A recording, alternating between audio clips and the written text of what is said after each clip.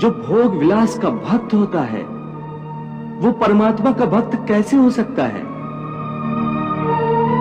ऐसे मनुष्य जो बाहर से भक्ति का प्रदर्शन करते हैं परंतु मन से विषयों के चिंतन और उनकी आसक्ति में लीन रहते हैं, वो भक्ति का केवल ढोंग करते हैं।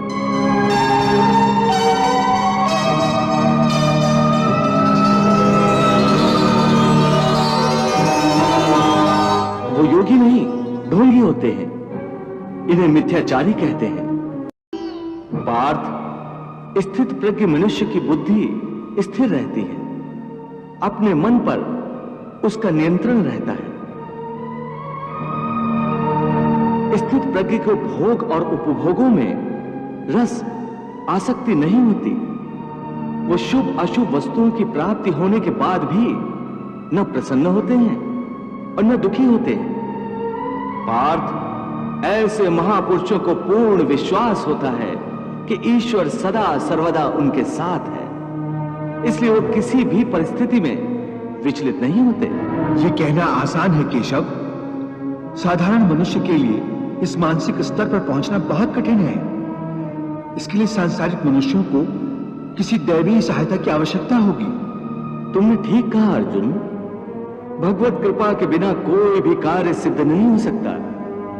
इसलिए मनुष्य को अपने पुरुषार्थ के साथ साथ प्रभु की भक्ति का भी आश्रय लेना चाहिए। हे अर्जुन, परमात्मा की भक्ति करने से मन सात्विक हो जाता है और विषयासक्ति पूर्णतः समाप्त हो जाती है। और यदि आसक्ति का नाश नहीं हुआ तो? आसक्ति का नाश नहीं हुआ तो मनुष्य का सर्वनाश हो जाता है। सर्वनाश? हां पार्थ, सर्वनाश।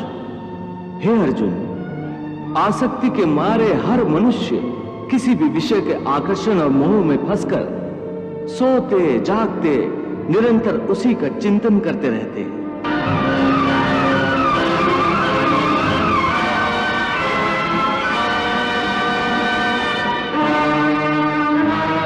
जैसे कोई मनुष्य किसी सुंदर स्त्री के प्रेम में पड़ जाता है, जो जागते हुए उसी की कल्पना और सोते में उसी के सपने देखता है। इस प्रकार निरंतर चिंतन से आसक्ति की नींव पर काम की भावना उभरने लगती है।